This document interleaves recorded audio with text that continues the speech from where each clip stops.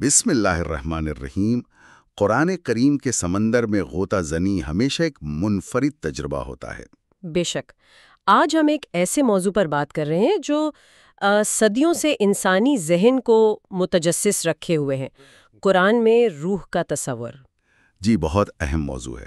ہمارے سامنے کچھ اہم متون اور تفسیری نکات ہیں جو اس آپ کہہ لیں کثیر الجہتی لفظ پر روشنی ڈالتے ہیں۔ تو ہماری کوشش ہوگی کہ ان ماخذ کی روشنی میں سمجھیں کہ قرآن روح کے بارے میں کیا کہتا ہے اور اس کے مختلف پہلو کیا ہیں۔ اور اس تلاش کا مرکزی نقطہ، جیسا کہ اکثر ہوتا ہے، خود قرآن کی ایک آیت ہے، سورۃ الاسراء آیت نمبر 85۔ اچھا، جو براہ راست اس سوال کو مخاطب کرتی ہے جو غالباً ہر دور میں پوچھا گیا ہے۔ جو براہ راست اس سوال کو مخاطب کرتی ہے جو غالباً ہر دور میں پوچھا گیا ہے، وَيَسْأَلُونَكَ عَنِ الرُّوحِ، اور وہ آپ سے روح کے بارے میں سوال کرتے ہیں۔ جی، یہ آیت نہ صرف ہمارے تجزیے کا نقطۂ آغاز ہے بلکہ یہ روح کی حقیقت کے بارے میں قرآنی رویے کی آپ سمجھیں ایک کنجی بھی ہے۔ بالکل۔ تو آئیے اسی آیت سے اپنی گفتگو کا باقاعدہ آغاز کرتے ہیں۔ سورۃ الاسراء کی آیت 85 میں اللہ تعالیٰ فرماتا ہے، جی، وَيَسْأَلُونَكَ عَنِ الرُّوحِ قُلِ الرُّوحُ مِنْ أَمْرِ رَبِّي وَمَا أُوتِيتُم مِّنَ الْعِلْمِ إِلَّا قَلِيلًا۔ سبحان اللہ۔ اس کا ترجمہ جیسا کہ ہمارے ماخذ میں دیا گیا ہے، لوگ آپ سے روح کے بارے میں پوچھتے ہیں، کہہ دیجئے کہ روح میرے رب کے امر میں سے ہے اور تمہیں بہت تھوڑا علم دیا گیا ہے۔ یہ جواب بظاہر مختصر ہے لیکن انتہائی گہرا ہے۔ جی ہاں۔ اور مفسرین نے یقیناً اس پر بہت غور و فکر کیا ہے۔ گفتگو کو آگے بڑھانے سے پہلے کیا یہ مناسب نہیں ہوگا کہ ہم خود لفظ روح کے لغوی معنی پر ایک نظر ڈال لیں تاکہ بنیاد مضبوط ہو؟ یقیناً، یہ اچھا خیال ہے۔ لغت کے اعتبار سے روح کا مادہ ہے را واو ہا۔ را واو ہا۔ جی، جس میں حرکت، وسعت اور زندگی کا مفہوم پایا جاتا ہے۔ یہ لفظ رہ یعنی ہوا یا خوشبو سے بھی قریبی تعلق رکھتا ہے۔ اچھا، رہ یعنی ہوا۔ جی، آپ دیکھیں کہ ہوا بھی لطیف ہے، نظر نہیں آتی، مگر اس کے اثرات واضح ہیں۔ اسی طرح انسانی روح کو روح کہنے کی ایک وجہ، جیسا کہ متن میں اشارہ ملتا ہے، اس کی لطافت، حرکت پذیری اور زندگی بخشنے کی صلاحیت ہے۔ یہ وہ غیر مری جوہر ہے جو جسم کو زندہ رکھتا ہے، بالکل جیسے سانس زندگی کی علامت ہے۔ یہ تعلق بہت دلچسپ ہے، ہوا کی طرح لطیف اور زندگی بخش۔ اچھا، اب قرآن کریم میں اس لفظ کے استعمالات کو دیکھتے ہیں۔ متن بتاتا ہے کہ یہ صرف انسانی جان تک محدود نہیں بلکہ کئی مختلف سیاق و سباق میں استعمال ہوا ہے۔ جی ہاں، یہ تنوع ہی اس تصور کی گہرائی کو ظاہر کرتا ہے۔ شاید ہم ان استعمالات کو موضوعاتی طور پر دیکھ سکتے ہیں، جیسے الہی تعلق، ملکوتی وجود اور انسانی حقیقت کے حوالے سے۔ یہ ایک اچھا طریقہ ہو سکتا ہے سمجھنے کے لیے۔ آئیے پہلے ان استعمالات کو دیکھتے ہیں جہاں روح کا تعلق براہ راست الہی مدد، تائید یا وحی سے ہے۔ ٹھیک ہے۔ سب سے نمایاں مثال روح القدس کی ہے۔ قرآن خاص طور پر حضرت عیسیٰ علیہ السلام کے معجزات اور ان کی تائید کے حوالے سے اس کا ذکر کرتا ہے۔ سورۃ البقرہ آیت 253 میں ارشاد ہے، وَآتَيْنَا عیسیٰ ابن مریم البینات وَأَیَّدْنَاہُ بِالروح القدس۔ اور ہم نے عیسیٰ ابن مریم کو واضح نشانیاں عطا کیں اور روح القدس کے ذریعے ان کی تائید کی۔ جی، یہاں روح القدس ایک پاکیزہ الہی قوت یا وجود ہے جو انبیاء کو خاص مدد فراہم کرتی ہے۔ یعنی یہاں روح ایک بیرونی مددگار قوت کے طور پر سامنے آ رہی ہے۔ کیا یہ صرف انبیاء کے لیے خاص ہے یا عام مومنین کے لیے بھی اس قسم کی الہی مدد کا کوئی تصور ہے؟ بہت خوب نقطہ اٹھایا آپ نے۔ قرآن واضح کرتا ہے کہ یہ تصور صرف انبیاء تک محدود نہیں۔ سورۃ المجادلہ کی آیت 22 میں اللہ تعالیٰ مخلص مومنین کے بارے میں فرماتا ہے، اولئک کتب فی قلوبہم الایمان وایدہم بروح منہ۔ یہ وہ لوگ ہیں جن کے دلوں میں اللہ نے ایمان نقش کر دیا ہے اور اپنی طرف سے ایک روح کے ذریعے ان کو تقویت بخشی ہے۔ بالکل، یہاں روح منہ یعنی اس کی طرف سے ایک روح کا مطلب ایمان کی مضبوطی، اندرونی سکون اور اللہ کی خاص معنوی و روحانی مدد ہے جو مومنین کو حاصل ہوتی ہے۔ تو یہ الہی تعلق کا ایک اور پہلو ہے۔ اچھا، اور اسی الہی پیغام رسانی کے سلسلے میں ایک اور مشہور اصطلاح ہے روح الامین۔ یہ کس کے لیے استعمال ہوئی ہے؟ روح الامین یعنی امانت دار روح، یہ لقب قرآن میں حضرت جبریل علیہ السلام کے لیے استعمال ہوا ہے۔ اچھا، جبریل علیہ السلام کے لیے، جی۔ جو اللہ کا پیغام یعنی وحی انبیاء تک پہنچانے پر مامور تھے۔ سورت الشورى آیات 193 اور 194 میں فرمایا گیا، جی، جو اللہ کا پیغام یعنی وحی انبیاء تک پہنچانے پر مامور تھے۔ سورت الشورى آیات 193 اور 194 میں فرمایا گیا، نزل بہ الروح الامین علی قلبک لتکون من المنذرین۔ اسے روح امین لے کر اترا ہے آپ کے قلب پر تاکہ آپ خبردار کرنے والوں میں سے ہوں۔ تو یہاں روح ایک مقرب فرشتے کی شناخت ہے جو وحی الہی کا امین ہے۔ تو روح کا تعلق الہی تائید سے ہو گیا، مومنین کی مدد سے اور وحی لانے والے فرشتے سے بھی۔ کیا فرشتوں کے حوالے سے کوئی اور استعمال بھی ہے؟ جی ہاں، ایک اور دلچسپ استعمال ہے جہاں الروح کا ذکر فرشتوں کے ساتھ لیکن الگ سے کیا گیا ہے۔ الگ سے؟ جی۔ اس سے مفسرین نے یہ نتیجہ اخذ کیا ہے کہ شاید یہ کوئی خاص عظیم المرتبت فرشتہ ہے یا فرشتوں سے بھی برتر کوئی مخلوق ہے۔ مثال کے طور پر سورۃ القدر کی آیت 4 میں شب قدر کے بارے میں فرمایا۔ جی۔ اس سے مفسرین نے یہ نتیجہ اخذ کیا ہے کہ شاید یہ کوئی خاص عظیم المرتبت فرشتہ ہے یا فرشتوں سے بھی برتر کوئی مخلوق ہے۔ مثال کے طور پر سورۃ القدر کی آیت 4 میں شب قدر کے بارے میں فرمایا، تنزل الملائکۃ والروح فیہا بإذن ربہم من کل امر۔ اس رات میں فرشتے اور روح اپنے رب کے حکم سے ہر کام کے لیے اترتے ہیں۔ اسی طرح سورۃ النبأ آیت 38 میں قیامت کے دن کا منظر بیان ہوا ہے۔ اسی طرح سورۃ النبأ آیت 38 میں قیامت کے دن کا منظر بیان ہوا ہے۔ یوم یقوم الروح والملائکۃ صفا۔ جس دن روح اور فرشتے صف باندھے کھڑے ہوں گے۔ ان دونوں مقامات پر الروح کا الگ ذکر اس کی خاص اہمیت یا منفرد حیثیت کو ظاہر کرتا ہے۔ اب اس کی حتمی نوعیت کیا ہے یہ تو اللہ ہی بہتر جانتا ہے، لیکن یہ فرشتوں کے ساتھ ذکر ہونے والی ایک عظیم ہستی معلوم ہوتی ہے۔ یہ واقعی قابل غور ہے کہ روح کو فرشتوں سے ممتاز بھی کیا گیا ہے۔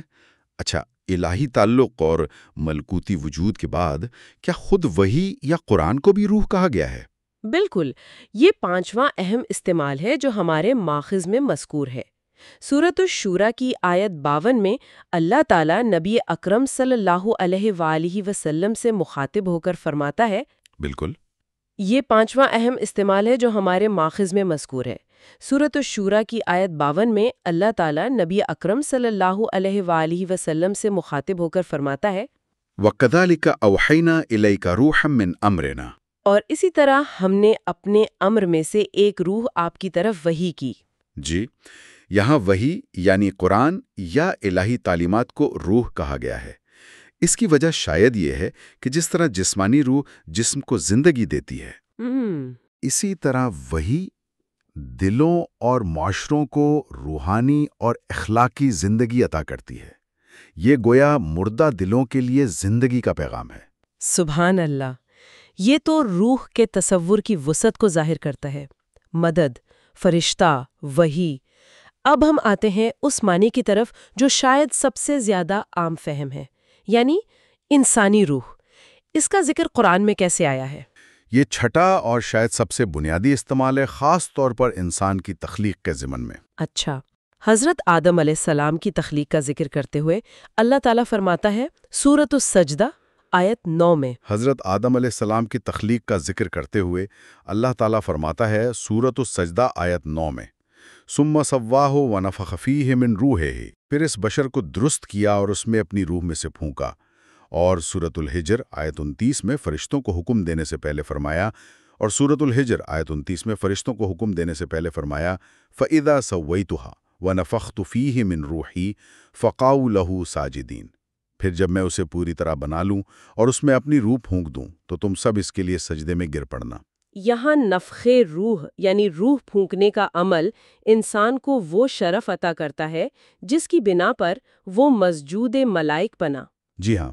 اور یہ جو فرمایا اپنی روح میں سے من روح ہی، من روحی اس کا مطلب یہ نہیں کہ روح اللہ کا کوئی حصہ ہے، نعوذ باللہ، نہیں، بالکل نہیں۔ بلکہ یہ اس روح کی عظمت اور اس کے الہی تعلق کو ظاہر کرتا ہے۔ یہ اللہ کی طرف سے ایک خاص عطیہ ہے، ایک اعزاز ہے۔ صحیح۔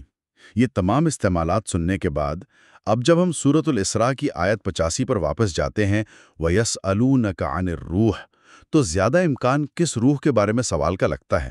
کیا یہ سب ممکنہ معنی مراد ہو سکتے ہیں؟ اگرچہ لفظ روح کے یہ سب معنی قرآن میں موجود ہیں، لیکن سیاق و سباق اور مفسرین کی غالب آراء، جیسا کہ ہمارے ماخذ میں بھی اشارہ ہے، یہی بتاتی ہیں کہ سوال کرنے والوں کا بنیادی مقصد انسانی روح کی حقیقت جاننا تھا۔ اچھا، یعنی انسانی روح؟ جی، وہ جوہر جو انسان کو زندگی، شعور، ارادہ اور احساس بخشتا ہے، وہ شے جو ہمیں حیوانات سے ممتاز کرتی ہے، جو علم حاصل کرتی ہے، کائنات پر غور کرتی ہے اور جسے ہم اپنی ذات کا مرکز سمجھتے ہیں۔ یہ انسان کا افضل ترین شرف ہے اور لوگ اسی پراسرار حقیقت کے بارے میں جاننا چاہتے تھے، اور اس براہ راست سوال کا جواب دیا گیا، قُلِ الرُّوحُ مِنْ أَمْرِ رَبِّی، کہہ دیجئے روح میرے رب کے امر میں سے ہے۔ یہ امر ربی کیا ہے؟ یہ جواب اتنا مختصر کیوں ہے؟ یہاں لفظ امر کلیدی حیثیت رکھتا ہے۔ عربی میں امر کا لفظ خلق کے مقابلے میں آتا ہے۔ اچھا، امر بمقابلہ خلق۔ جی، خلق کا تعلق عام طور پر مادی دنیا کی تخلیق سے ہوتا ہے، جو تدریجی مراحل، اسباب و علل اور مادی قوانین کے تحت ہوتی ہے، جبکہ امر کا تعلق براہ راست اللہ کے حکم کن ہو جا سے ہے۔ یہ عالم امر عالم خلق سے مختلف ہے۔ یعنی فوری حکم۔ بالکل۔ متن کی روشنی میں یہ جواب بتاتا ہے کہ روح کی تخلیق مادی اسباب کے عام سلسلے سے بالاتر ہے۔ اس کا تعلق براہ راست اللہ کے ارادے اور حکم سے ہے۔ یہ کوئی ایسی چیز نہیں جسے لیبارٹری میں پرکھا جا سکے یا جس کی ماہیت کو طبیعیات اور کیمیا کے قوانین سے پوری طرح سمجھا جا سکے۔ یہ جواب روح کی نوعیت بتانے کے بجائے اس کے مصدر اور اس کی عظمت کی طرف اشارہ کرتا ہے کہ یہ اللہ کا براہ راست معاملہ ہے۔ اچھا، تو گویا جواب یہ ہے کہ روح کی اصلیت سمجھنے کے لیے ہمیں مادی دنیا کے پیمانوں سے ہٹ کر سوچنا ہوگا۔ یہ عالم امر سے تعلق رکھتی ہے۔ یہ واقعی گہرا جواب ہے۔ بالکل، اور پھر آیت کا آخری حصہ اس نقطے کو مزید واضح کرتا ہے، وَمَا أُوتِیتُم مِّنَ الْعِلْمِ إِلَّا قَلِیلًا، اور تمہیں اس کے بارے میں بہت تھوڑا علم دیا گیا ہے۔ جی، یہ کوئی مایوسی کا پیغام نہیں، بلکہ ایک حقیقت کا بیان ہے۔ انسانی علم اپنی تمام تر وسعتوں کے باوجود محدود ہے۔ صحیح۔ روح جیسی عظیم حقیقتوں کی مکمل ماہیت کا احاطہ کرنا انسانی عقل کے بس سے باہر ہے۔ ہم اس کے اثرات دیکھتے ہیں، اس کے مظاہر محسوس کرتے ہیں، لیکن اس کی کنہ تک، اس کی اصل حقیقت تک پہنچنا ممکن نہیں۔ یہ اللہ کے علم کامل کے سامنے ہمارے علم کی محدودیت کا اعتراف ہے۔ یہ بات تو علم کے ہر شعبے پر صادق آتی ہیں۔ جتنا ہم جانتے ہیں اتنا ہی احساس ہوتا ہے کہ کتنا کچھ نہیں جانتے۔ اچھا، ہمارے ماخذ میں کچھ احادیث کا بھی حوالہ ہے جو اس موضوع پر مزید روشنی ڈالتی ہیں۔ جی ہاں، جی، یہ روایات بھی روح کے تصور کو سمجھنے میں مدد دیتی ہیں۔ ایک روایت میں امام فرماتے ہیں، مفہوم اس کا یہ ہے کہ